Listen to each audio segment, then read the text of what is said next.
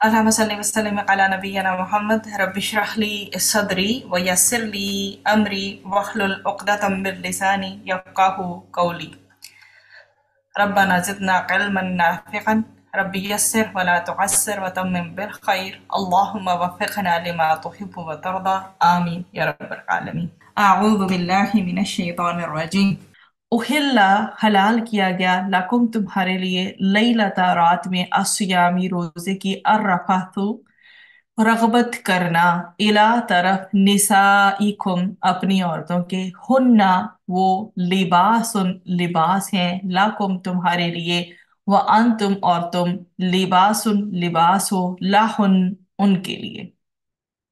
عالمہ جان لیا اللہ اللہ نے انکم بے شک تم کنتم تھے تم تختانون تم خیانت کرتے انفسکم اپنے نفسوں سے فتابا تو وہ مہربان ہوا علیکم تم پر وعفا اور اس نے درگزر کیا عنکم تم سے فالآنا پس اب باشروہن مباشرت کرو ان سے وابتغوا اور تلاش کرو ما جو کتبہ لکھا اللہ اللہ نے لکم تمہارے لیے وکلو اور کھاؤ وشربو اور پیو حتیٰ یہاں تک کہ یتبینہ واضح ہو جائے لکم تمہارے لیے الخیط دھاگا الابیض سفید من الخیط الاسودی سیاہ دھاگے سے من الفجری فجر کے وقت ثم پھر اتمو تم پورا کرو الصیامہ روزے کو الی اللیلی رات تک ولا اور نہ تباشروہن تم مباشرت کرو ان سے وانتم اس حال میں کہ تم عاکفون اعتکاف کرنے والے ہو فی المساجدی مسجدوں میں تل کا یہ حدود حدود ہیں اللہ اللہ کی فلا تو نہ تقربوہا تم قریب جاؤ ان کے کذالک اسی طرح یبینو واضح کرتا ہے اللہ اللہ آیاتہ آیات اپنی للناسی لوگوں کے لیے لعلہم تاکہ وہ یتقون وہ بچ جائیں. یہاں پر اخلا حلال کرنے سے ہے خا لام لام کوئی چیز جو اللہ سبحانہ و تعالیٰ نے ہمارے لیے حلال کر دی ہو اس کے لیے.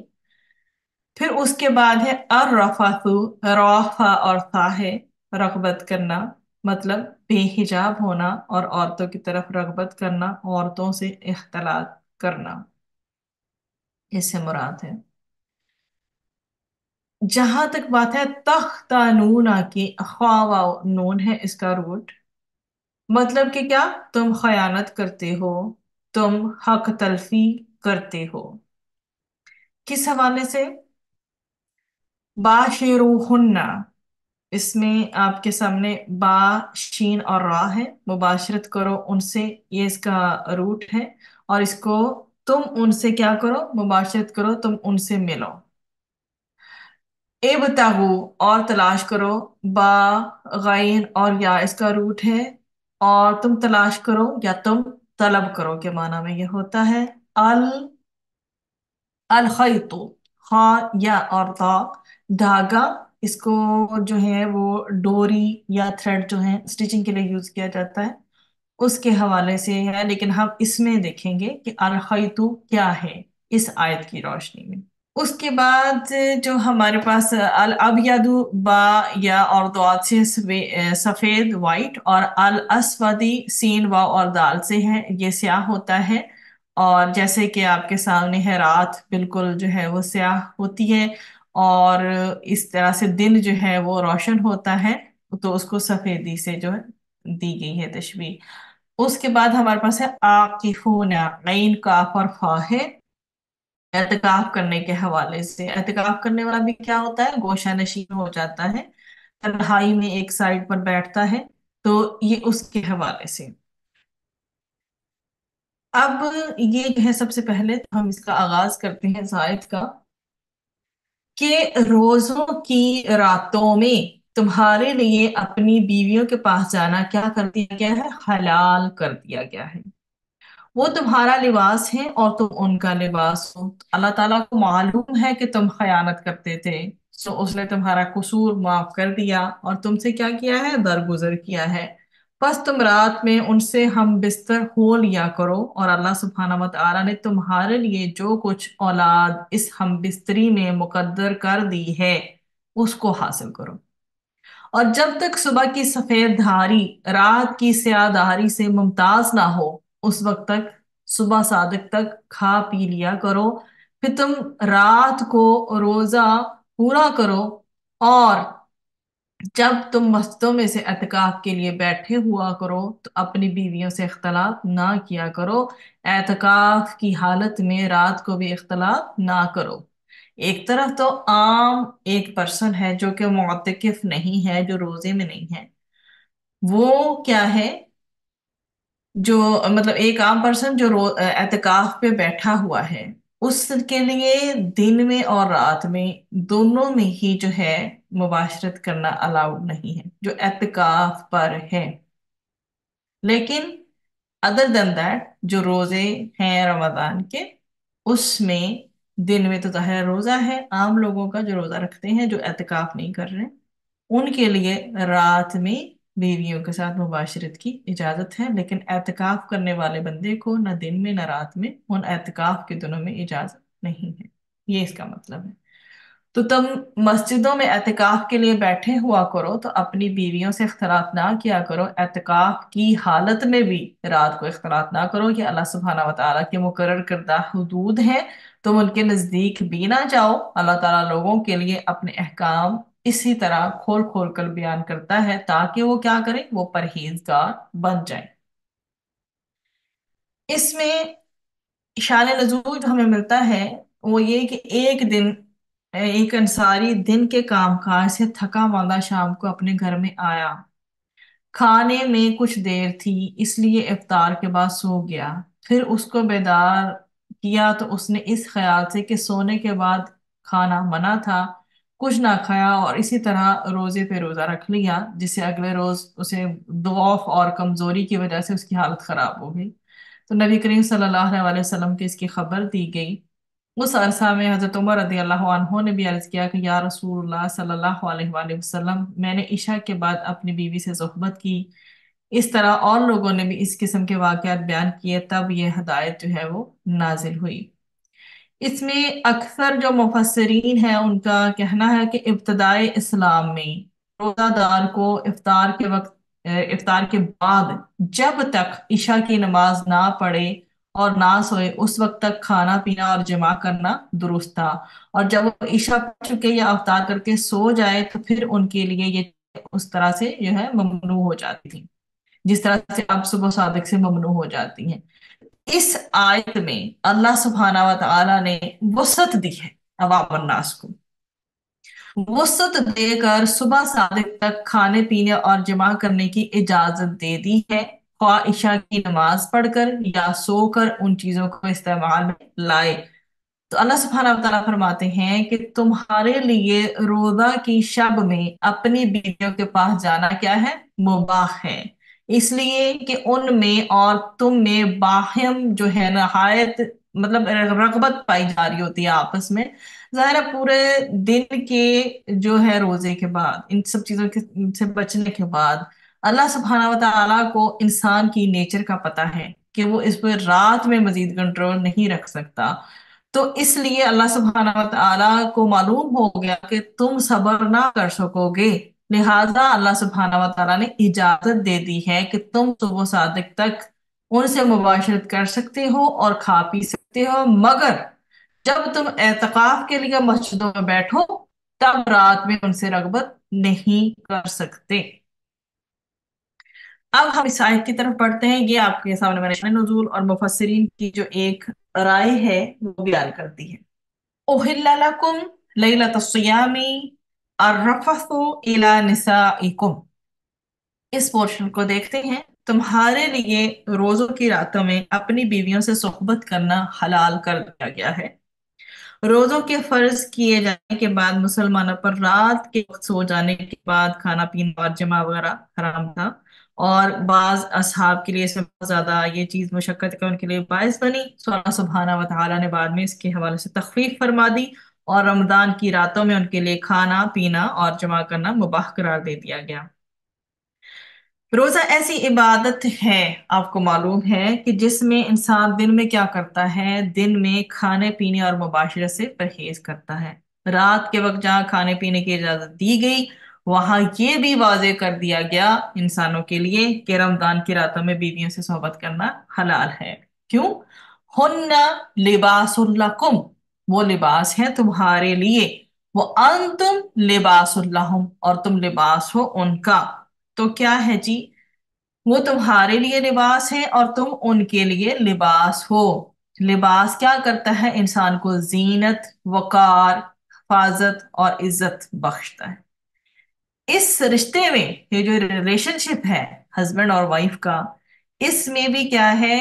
کیا کرنا چاہیے؟ جب وہ لباس ہیں تو ایک دوسرے کے سیکرٹس کی حفاظت بھی کی جائے، ان کے رازوں کی حفاظت ہونی چاہیے۔ بیوی کو شوہر کے مال، اس کی عزت اور گھر کے تمام کاموں میں شوہر کے حقوق کی حفاظت امانت سمجھ کر کرنی چاہیے، ضروری ہے۔ شوہر بیوی کو مال، جان اور عزت کا تحفظ فراہم کرے، کہ ایک عورت اپنے آپ کو کمپلیٹلی سیکیور فیل کرے۔ اس حفاظت میں ہی ایک دوسرے کی عزت ہے۔ These things are interconnected۔ جیسے عزت دیں گے تو عزت ملے گی، اسی طرح سے اگر حفاظت ایک عورت کو کمپلیٹلی پرووائڈ کی جائے تو اسی میں کیا ہے؟ یہ سورس آف رسپیکٹ بھی ہے، اور اسی کی وجہ سے شوہر اور بیوی کی معاشرے میں عزت بنتی ہے، جب ان کا آپس کا بانڈ سٹرانگ ہو اور لوگوں کو نظر بھی آئے کہ they are respecting each other, they are protecting each other, تو کیا ہوتا ہے؟ معاشرے میں بھی پھر ان کی عزت ہی ہوتی ہے۔ شوہر اور بیوی کے درمیان باہمی جو ہے ہارمنی ہونی چاہیے، اعتماد ہونا چاہیے، آپس میں کس طرح کی فضا جو ہونی چاہیے؟ محبت والی ہونی چاہیے۔ اور جب یہ باہمی اعتماد ہوگا، محبت کی فضا ہوگی، تبھی وہ اس ریلیشن شپ کو باوقار بنائے گی۔ اور شوہر اور بیوی کے درمیان معاملات میں نرمی اور شگفتگی ہونی چاہیے، مطلب سافٹنس ہونا چاہیے، وہی اس رشتے کو مزین کرتی ہے، زینت والا بناتی ہے، ٹھیک؟ کیونکہ جس چیز میں بھی نرمی ہوگی، سافٹنس ہوگی، وہ اس کو، اس انسان کو بھی خوبصورت بنا دے گی۔ تو جس ریلیشن شپ میں یہ چیزیں ہوں گی، وہ ریلیشن شپ کیسے خوبصورت نہیں بنے گا؟ بنے گا۔ عربوں میں یہ سمجھا جاتا تھا کہ مرد اور عورت کا تعلق روزوں میں ناجائز ہے۔ رات میں اس تعلق کی اجازت دی گئی کہ اسے برا فعل سمجھتے ہوئے نہ کرو، بلکہ اللہ تعالیٰ کی اجازت سے دل کی پاکیزگی کے ساتھ کرو۔ اور دوسری غلط فہمی ان کے اندر یہ پائی جا رہی تھی کہ جنابت کی حالت میں روزہ نہیں رکھ سکتے۔ تو بخاری اور مسلم میں اس چیز کو واضح کر دیا گیا کہ فجر تک اجازت ہے۔ تو تیسری یہ ان کے اندر مسکنسپشن تھی کہ عشاء کی نماز کے بعد کھانا پینا حرام ہے، تو اس کے لیے روزے کی حد طلوع فجر سے لے کر غروب آفتاب تک مقرر کر دی گئی۔ چوتھی ان کے اندر یہ مس انڈرسٹینڈنگ تھی کہ وصال کے روزے جائز ہیں، تو بغیر کھائے پیے کئی دن کے روزے وصال سے نبی کریم صلی اللہ علیہ وسلم نے سے منع فرمایا، کیونکہ نبی کریم صلی اللہ علیہ وسلم تو ایسا کر سکتے تھے لیکن باقیوں کے لیے یہ الاؤڈ نہیں ہے، کیونکہ پھر اس طرح سے کمزوری کا خدشہ ہوتا ہے۔ تو یہ جو ہے آپ کے سامنے چیزیں ذکر فرما دی گئی کہ دل کی پاکیزگی کے ساتھ صحبت کر سکتے ہیں، اور دوسری بات یہ کہ جنابت کی حالت میں جو ہے وہ روزہ نہیں رکھ سکتے، یہ بھی واضح کر دیا گیا کہ فجر کے وقت پھر وہ غسل کر لیں، اور یہ بھی بخاری اور مسلم میں اس چیز کو مزید واضح کیا گیا ہے۔ اور پھر عشاء کی نماز کے بعد کھانا پینا حرام ہے، تو اس کے حوالے سے روزے کا ٹائم مقرر کر دیا گیا کہ طلوع فجر سے لے کر غروب آفتاب تک اس کی ٹائمنگ ہے۔ اور پھر وصال کے روزے جو ہیں کہ کھائے پیے بغیر کئی دن روزے رکھنا، اس سے ممانعت کر دی گئی۔ یہ ساری چیزیں اللہ سبحانہ و تعالیٰ نے بہت واضح الفاظ میں فرما کر ہر طرح کی، ہر کیٹیگری کی مس انڈرسٹینڈنگس کو دور کر دیا ہے۔ اس کے بعد ہمارا جو نیکسٹ پورشن ہے سائد کا، وہ عالمہ سے شروع ہوتا ہے اور جائے گا وَعَفَا عَنْكُمْ، یہاں تک جو ہمارا پورشن ہے۔ اس میں رمضان کے روزوں کی فرضیت کے بعد لوگ پورا رمضان اپنی بیویوں کے قریب نہیں جاتے تھے، لیکن بعض لوگ اس معاملے میں کیا کر لیتے تھے؟ خیانت کر لیتے تھے، یعنی جمع کر لیتے تھے۔ تو اللہ سبحانہ و تعالیٰ نے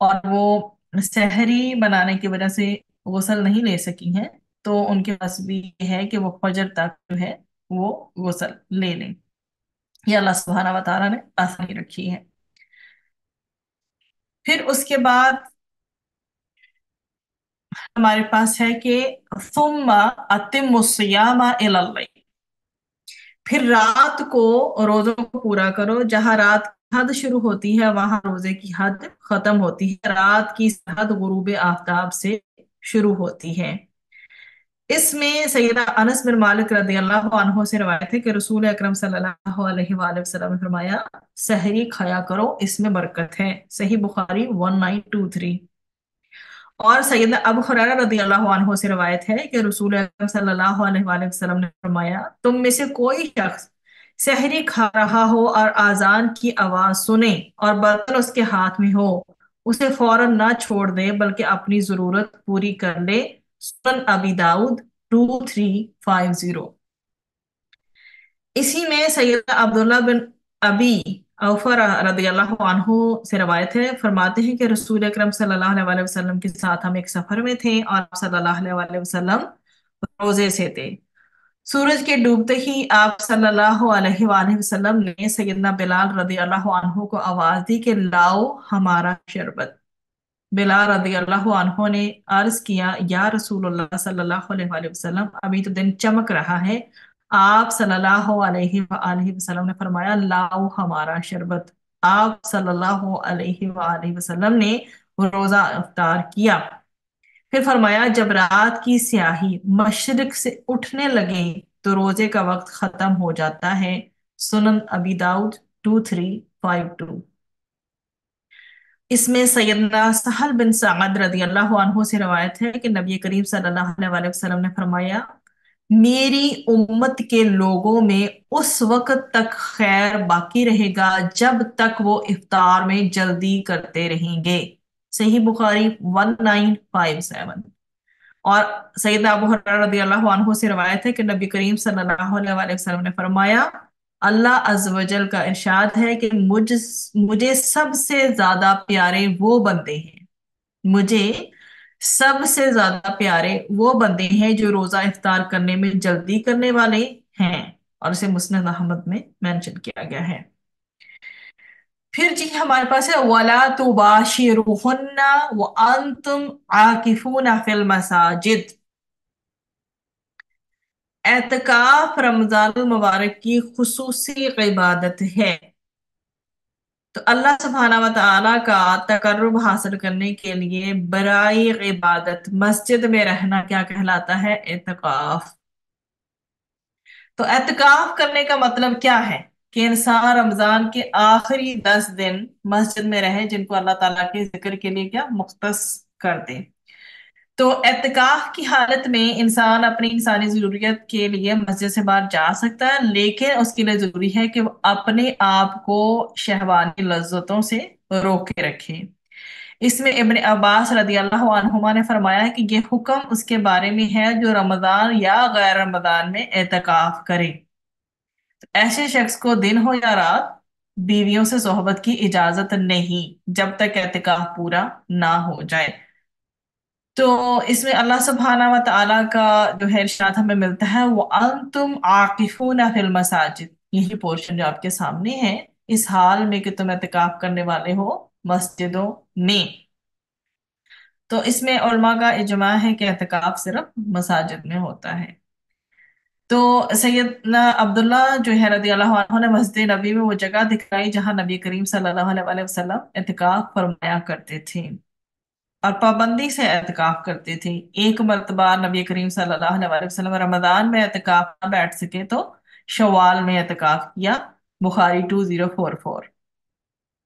اور نبی کریم صلی اللہ علیہ وآلہ وسلم کی جو زوجہ محترمہ ہے سیدہ عائشہ رضی اللہ عنہما نے کہا کہ نبی کریم صلی اللہ علیہ وآلہ وسلم اپنی وفات تک برابر رمضان کے آخری عشرے میں اعتکاف کرتے رہے۔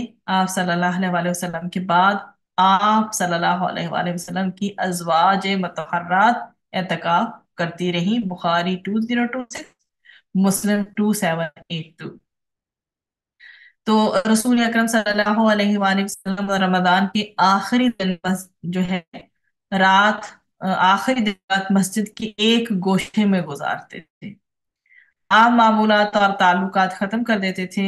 ان کی وفات تک اعتکاف میں بیٹھنا نبی کریم صلی اللہ علیہ وسلم کا معمول رہا. آپ صلی اللہ علیہ وسلم نے اس کی اتنی پابندی کی کہ جب ایک بار رمضان میں نہیں بیٹھ سکے تو شوال کے آخری 10 دنوں میں اعتکاف کیا. اور نبی کریم صلی اللہ علیہ وسلم کا بہت ہی خوبصورت ہمیں فرمان بھی اس میں ملتا ہے کہ مسجد ہر متقی کا گھر ہے. اور اللہ تعالیٰ نے ہر اس شخص کے لیے جس کا گھر مسجد ہے خوشی، رحمت اور پورے سرا سے گزر کر اپنا رضا یعنی جنت کی ضمانت دی ہے. سبحان اللہ.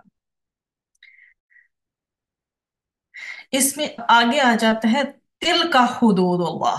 یہ جتنی رولنگز پیچھے آئی ہیں ہمارے پاس ون آفٹر ادر، تو یہ کیا ہے؟ یہ حدود ہے اللہ تعالیٰ کی جسے اللہ تعالیٰ نے اپنے بندوں کے لیے کیا کر دیا ہے؟ مقرر کر دیا ہے. تو کیا نہ کرو، فلا تقربوها، تو نہ جاؤ تم ان کے قریب. کیا نہ کرو کہ نافرمانی کے کنارے کنارے پہ بھی نہ چلنا، کہیں اس کنارے کو ٹچ کرتے کرتے اندر ہی نہ چلے جاؤ. ٹھیک؟ تو کیا کرو کہ بچو. یہ اللہ تعالیٰ نے جو حدود دے دی ہیں بہت واضح، ایک ایک چیز کو اتنا اچھے طریقے سے جو واضح فرما دیا ہے اپنی آیات میں، اپنی احادیث میں، نبی کریم صلی اللہ علیہ وسلم کے اقوال میں. اب کیا کرو؟ سلامتی اس میں ہے کہ انسان گناہوں کی سرحد سے دور رہے، کہ کہیں بھولے سے اس کے پار نہ چلا جائے. كَذَلِكَ يُبَيِّنُ اللَّهُ آيَاتِهِ لِلنَّاسِ لَعَلَّهُمْ يَتَّقُونَ. کیوں؟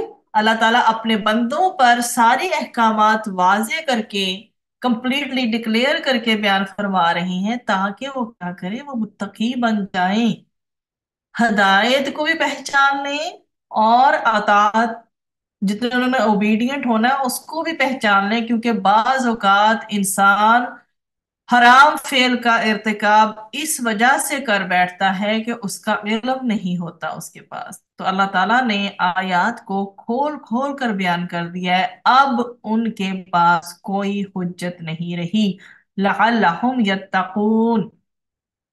اب ہمارا کام یہ ہے کہ ہم نے بچنا ہے اور ہم نے متقی بننا ہے. تو کیا بن جائے ہم؟ اور کیا بن جائے وہ؟ متقی بن جائیں، یعنی تقوی مطلوب ہے. اللہ سبحانہ و تعالیٰ نے ان آیات کو واضح کر کے یہ فرما دیا ہے کہ تقوی اختیار کرنے کا سبب ان چیزوں میں ہے. تو ان سب چیزوں کو فالو کرو. جو حدود ہیں ان کے پاس نہ جاؤ، جو حلال کہہ دیا ہے اس کو کرو فالو، اور جو حرام کہہ دیا ہے اس سے بچ جاؤ، تاکہ کیا ان دی اینڈ ریزلٹ تمہیں تقوی حاصل ہو. الحمدللہ ہماری آیت مکمل ہوئی. بارک اللہ فیکم. سبحان ربک رب العزت عما یصفون وسلام علی المرسلین والحمد للہ رب العالمین.